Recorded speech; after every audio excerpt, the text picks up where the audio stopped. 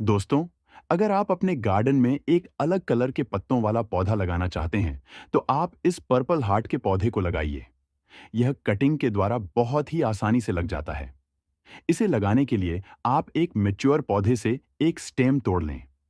अब एक पहले से बने मिट्टी, जिसमें मिट्टी, कोकोपीट और वर्मी कंपोस्ट मिला हो, उसमें आप इसको गाड़ दें।